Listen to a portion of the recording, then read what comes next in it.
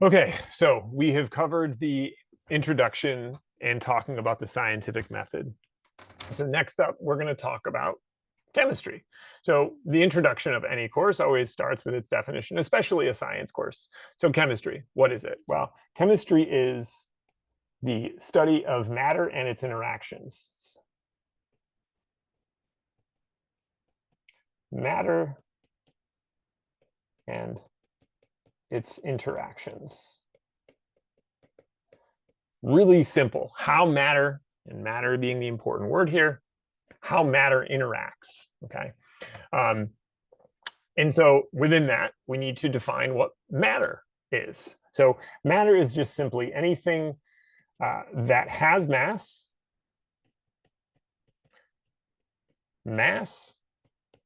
and takes up space.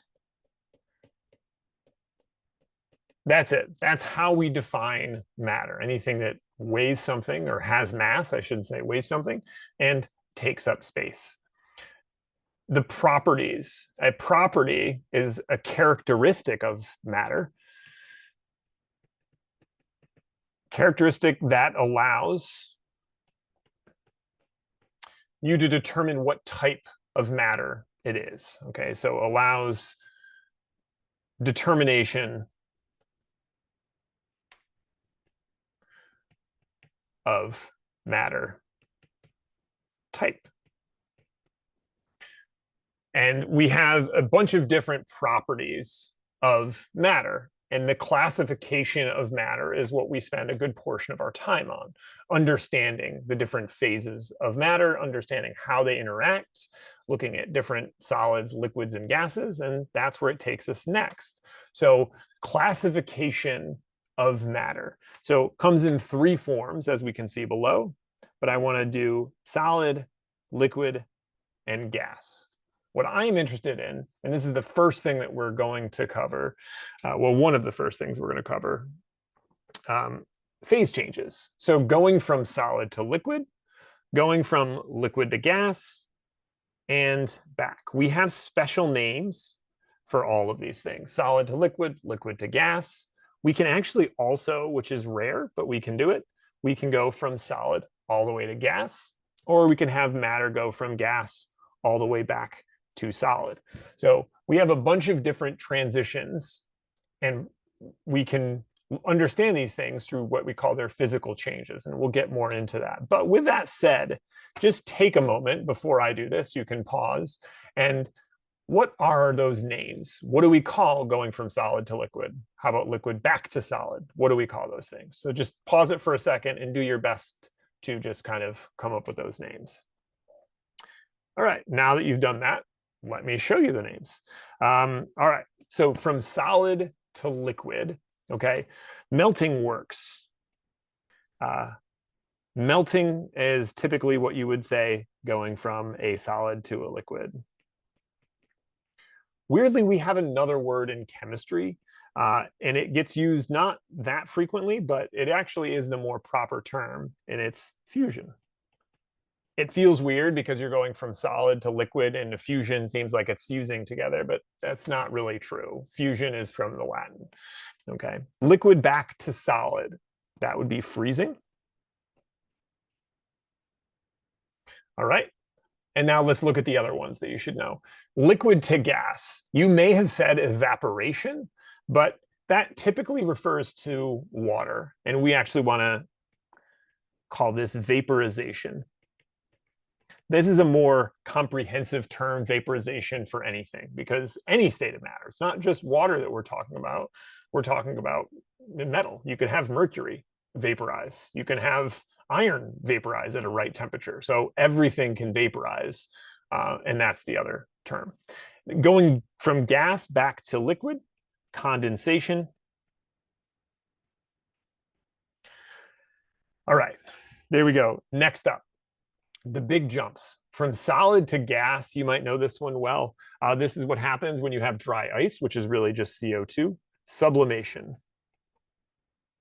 If something sublimes, that would be, yeah, sublimation.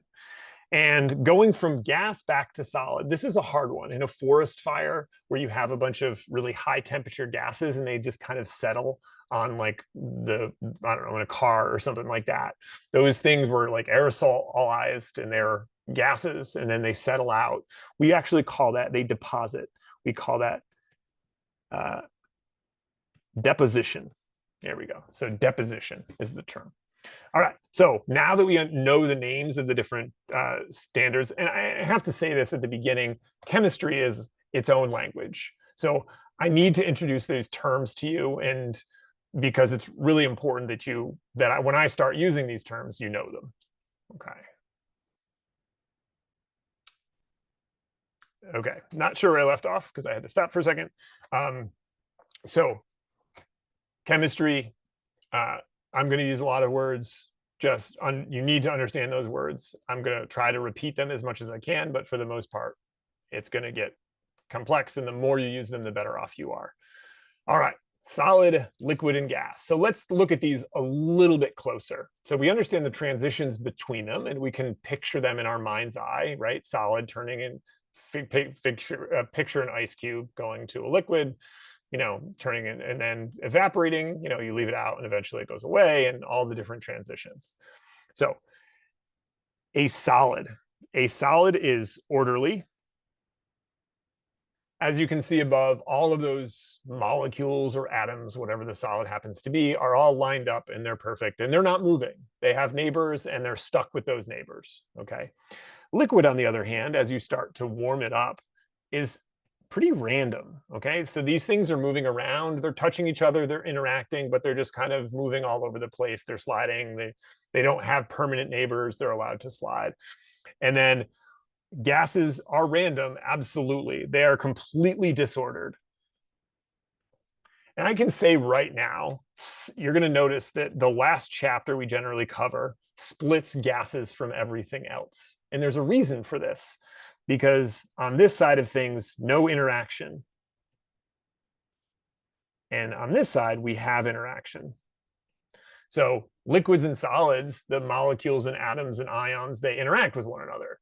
But a gas, there is no interaction. They interact, they bounce off each other, but that's it. So solid is orderly, liquid is random. They're just kind of scooting around, but they're interacting. And then when you get to gas, it's completely disordered. In terms of their shape, so you can imagine an ice cube, let's say. We have a defined shape for a solid. It's well defined. You could measure it, the corners, the edges, whatever. You have a defined shape. A liquid tends to take the shape of its container. So whatever you have it in, that's the shape that it's going to take. It settles to the bottom, and there you have it. Okay. And a gas, no defined shape. It fills a room, but the molecules are so far apart that we can't really call it a defined shape. And so then we look at volume. Okay, so we look at the defined shape of a solid. It also has a defined volume. Okay, so it is defined volume. A liquid also has a defined volume. Okay, you can measure it, right? So if I fill up a container, I can see, oh, this has 100 mils in it. We can measure those values. Okay. A gas will always fill the volume of its container. So the room you're in right now, you could compress that stuff, and that's the last one we're going to get to. But for the most part, it's completely full of gas. You're not going to go to one corner of the room and all of a sudden you're not going to have any oxygen to breathe, right? It fills the container. Solids and liquids are not compressible. They're very slightly compressible, but they're not compressible, okay? Neither of these are compressible to any appreciable amount. Ultimately, what that means is I can't force those molecules, atoms, ions any closer together, right? They're not really going to get closer together, maybe like 1% or something, but for the most part, they're not going to change.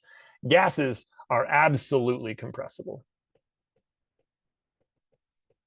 Okay, so gases are 100% compressible, which means that you can take all of the gas in a room and you can just force it into a container. It's under pressure, but they're closer and closer and closer together. Okay, great. So that's a good start now that we understand those. So we talked about matter, and so let's define matter further. So matter is something that, again, has mass and takes up space. We're going to break matter into two categories: pure substances and mixtures. So let's start with pure substances because they're simpler. Okay, they're less to think about. A pure substance is a substance, one substance. When I mean one substance, I'm talking about if you think of salt, or if you think of salt and you think of water, those are each one individual substance. Okay, salt water, that goes into the next category, a mixture. So when we're talking about a pure substance, it's just one item, and then we have to decide whether it's a compound or an element. So if you're talking about just one set of chemicals, right, or one set of, well, just one chemical. Okay, water is a chemical, by the way. So when I say the word chemical, it means pretty much everything. So one substance composed of defined ratios of elements. So defined ratios of elements. So water, you know water well, I imagine. Water is H2O. It's always two H's and one oxygen. Okay, so we're going to discuss that more, but it is always going to be the exact same. And so we're going to talk about that again, but that defined ratio. But before we get to that, let's just define these two. Okay, so pure substances comes in two categories: element and compound. An element is that substance, again, because these are pure substances, it is a substance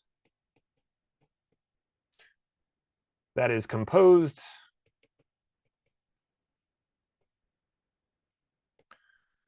of only one element. That's it, only one element. Okay, so for example, iron, and I start to introduce the atomic names because you kind of have to know them, although you're going to be able to, look them up for the most part.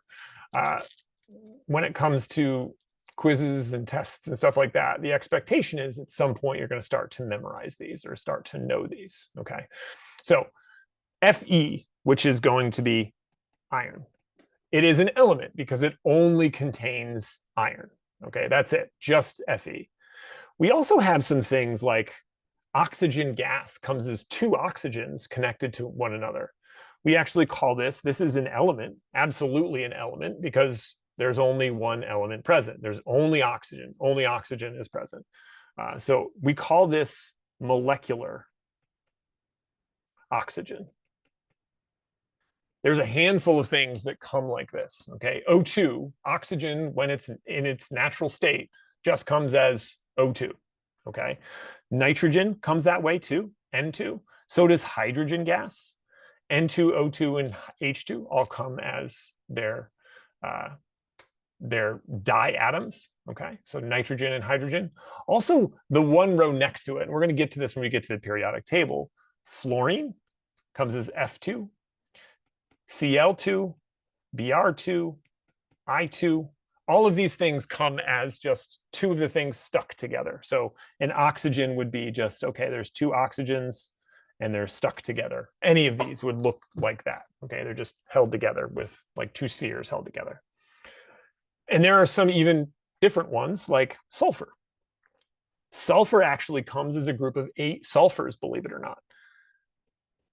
But all of these have one thing in common. There's only one element from the periodic table, and that's it. Sulfur comes as S8. Although there's 8 of them, none of that matters. It's only sulfur that's present. Okay. But once we introduce a second, okay, once we introduce another element, we now have a compound. So a compound is a substance composed of 2 or more. We must have more than 1 because 1 would make it an element. So it must be 2 or more. 2 or more elements in a fixed ratio. Okay, so there's that term, in a fixed ratio. Okay, and so we're going to talk about that in the little thing below here. Law of constant composition, or the law of definite proportions. Sounds fancy. Promise you it's not. H2O is water. The law of constant composition basically says that element composition is always the same for any one compound, no matter where you are. Water is H2O. If I go to Mars, water is still H2O, right? Water is water is water. It always contains 2 hydrogens and 1 oxygen, okay? Because if I do change it, right, let's just add another oxygen. How bad could it be? Well, it becomes peroxide. Okay, so going from 2 hydrogens to 1 oxygen to 2 hydrogens and 2 oxygens, it changes it to peroxide. Turns out peroxide is actually shock sensitive and it's really explosive. So really dangerous stuff if you get up to a certain concentration. So it changes. It's no longer the same. All peroxide is 2 hydrogens, 2 oxygens. So constant composition is really important. So we are going to cover this. We're going to talk about this in class. Yeah, and off we go. All right, so pure substances. Just one substance. Iron, water, I don't know, salt. All of these different things are just a pure substance, okay? A specific compound with fixed ratio or just one element present, that's it. Doesn't matter how many atoms you have or what the combination is, as long as there's only one for element and as long as they're fixed for a compound. And there's no limit for a compound. You can have as many elements as you want. It's not like there's an upper limit. There is a lower limit. You must have 2 or more. All right. That moves us on to mixtures. So mixtures is just simply if I add 2 substances together, pure substances together, I now have a mixture. So a mixture is the combination of 2 or more pure substances.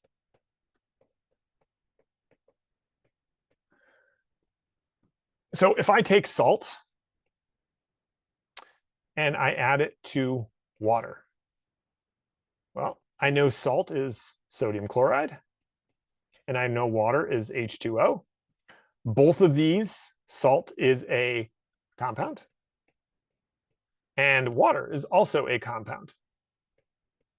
How do I know salt's a compound? Because 1 sodium, 1 chloride, always. That's the list, right? Okay. If I add those 2 together, I make salt water, right? Now we see, if you can imagine in your mind's eye what salt looks like, you can imagine what water looks like, you mix them together and they're combined, right? They've combined and they look the same. We now have NaCl and water together, H2O. We are now have a mixture. That's it. We have a mixture of the 2. Okay, simple. That's it. Mixtures come in 2 forms. Okay, so the mixture comes in a homogeneous because it is uniform throughout. Uniform throughout. There's no differences, right? It's all the same. It looks exactly the same. You can't see a difference. If I look at salt water looks the same no matter where I look. If I took a sample of all the different salt water in a container at the top and the bottom, you're going to have the same concentration, the same saltiness, okay? A heterogeneous, hetero, is going to be, it's not uniform.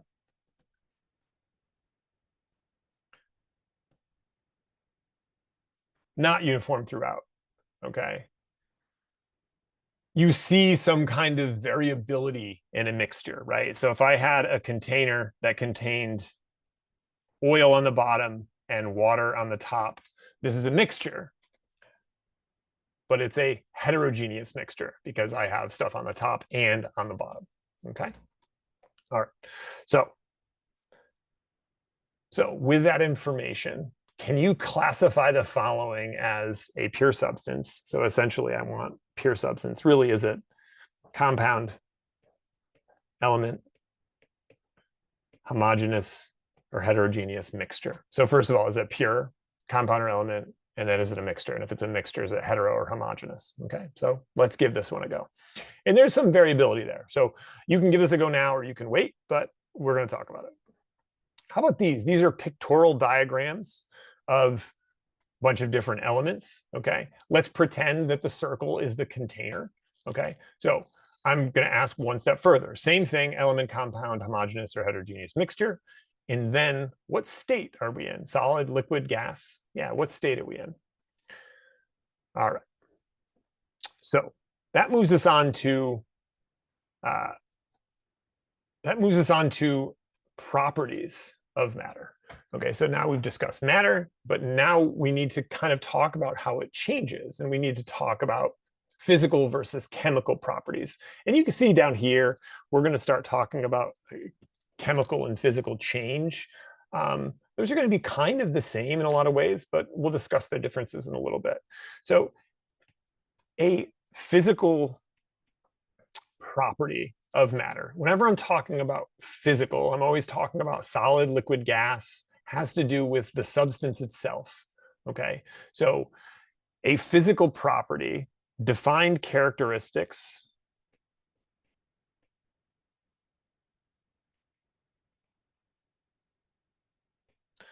that can be tested.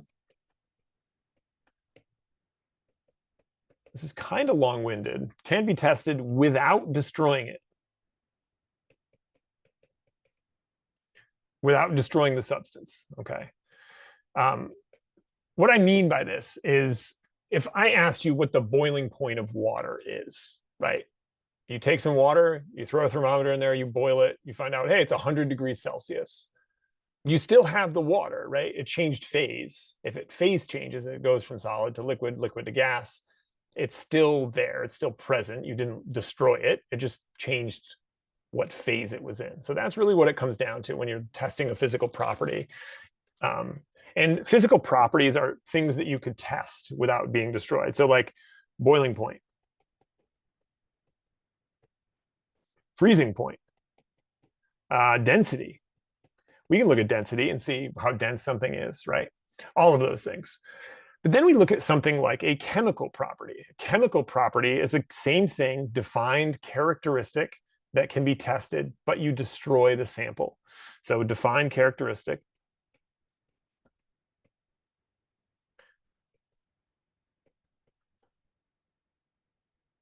That can be tested.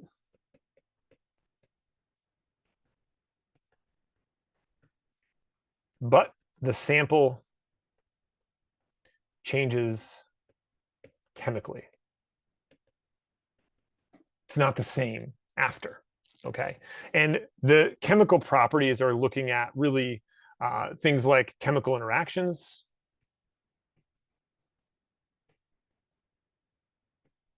I don't know, reactivity, but things like maybe flammability, right? We can find out that gasoline is very flammable, but we've destroyed it. So we have information that it's flammable, but we've also figured out that we don't have it anymore, right? So those are the two types of properties, okay? And they actually break down into two different categories. Intensive property, and I want you to focus on the in part here. Intensive, independent.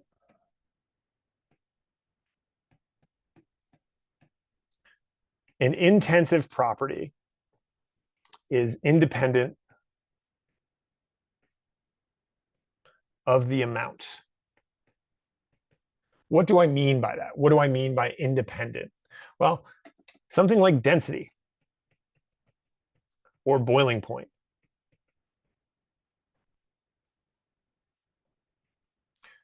Etc. There's more, but those are independent of the amount present, right? So if I take some water and I boil a gallon of it, or I boil 10 gallons of it, it still has the same boiling point because that's how it works. It might take longer to get there, but it still is going to boil at 100 degrees Celsius. Density is the same way. If I measure the density of the water in both cases, we're going to get the same value. Okay. Extensive property is dependent on the amount.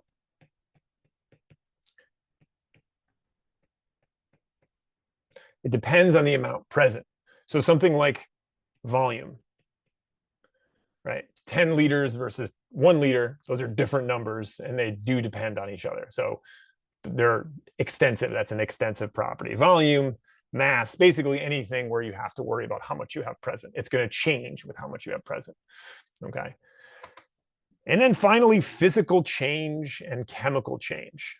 So a physical change is a change in phase, really. Anytime you see it change from solid to liquid to gas,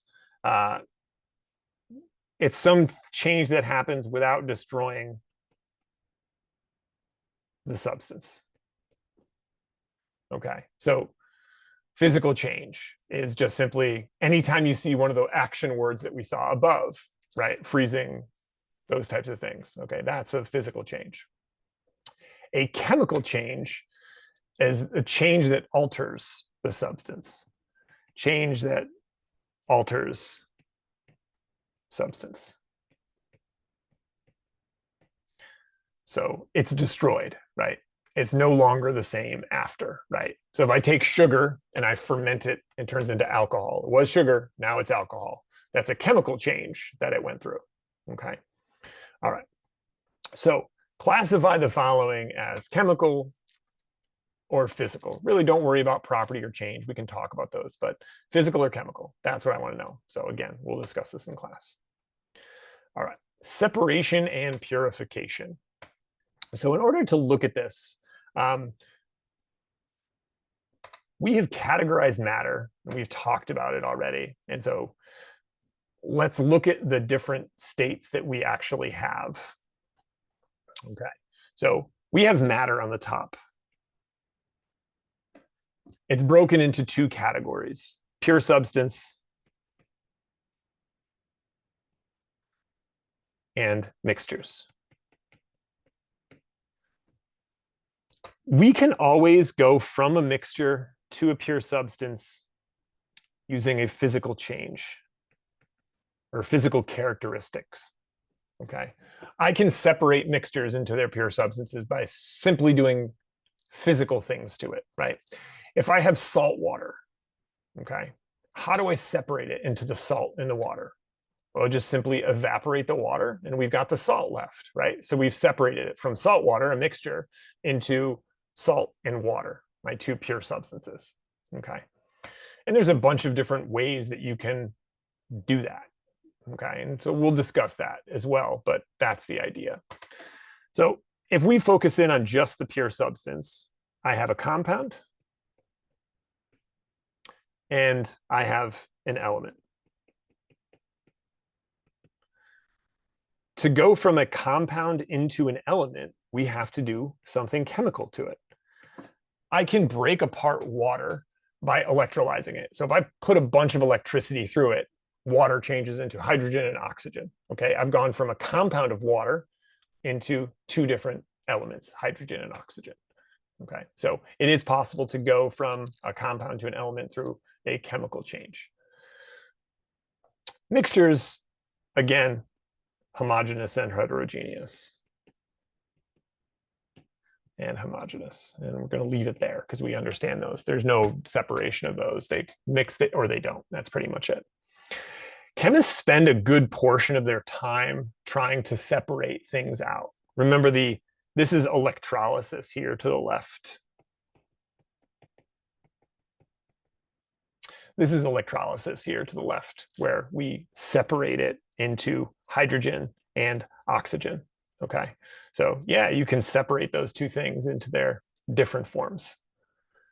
And just like physical processes, a physical process of just simply separating a mixture, you can simply filter off sand, salt, or salt in this, or sand in this case, right? Salt's going to stay with the water and then evaporate the water, and you've got the salt left behind. So we spend a lot of time trying to separate things. Great. All right. So that's it. More to go next.